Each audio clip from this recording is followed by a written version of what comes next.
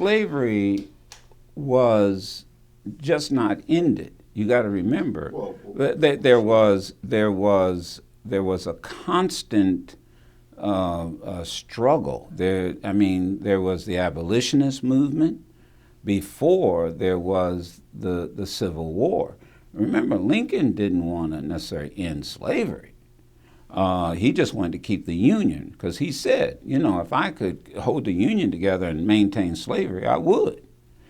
If I could hold the Union together and get rid of slavery, I would. In terms of segregation, you had this really short period of Reconstruction where you had political black progress, economic black progress, and then through public policy that was cut short, and then almost 100 years of a society, of a segregated society. Well, again, it took 100 years of constant battle. Basically starting with Plessy versus Ferguson, which created the era of separate but equal Jim Crow state rights. So, even getting to Brown versus Board of Education took well over almost 30 plus years of litigation.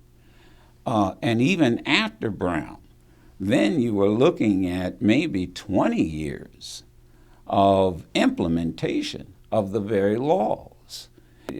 Understand what happened in 1963. 1963, Birmingham, Alabama, letter from the Birmingham jail.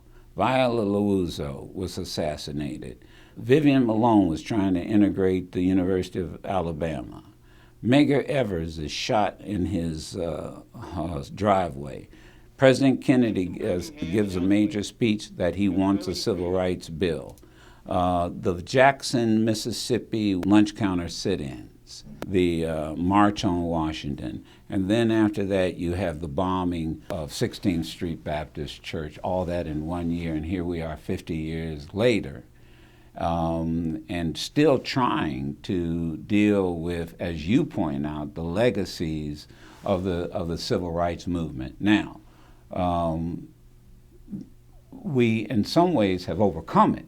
We some ways have overcome it. But these changes didn't come about because of a moment. It came about because of a movement. There was a movement to end slavery, which resulted in the Civil War. Abolitionists were a movement, Civil War.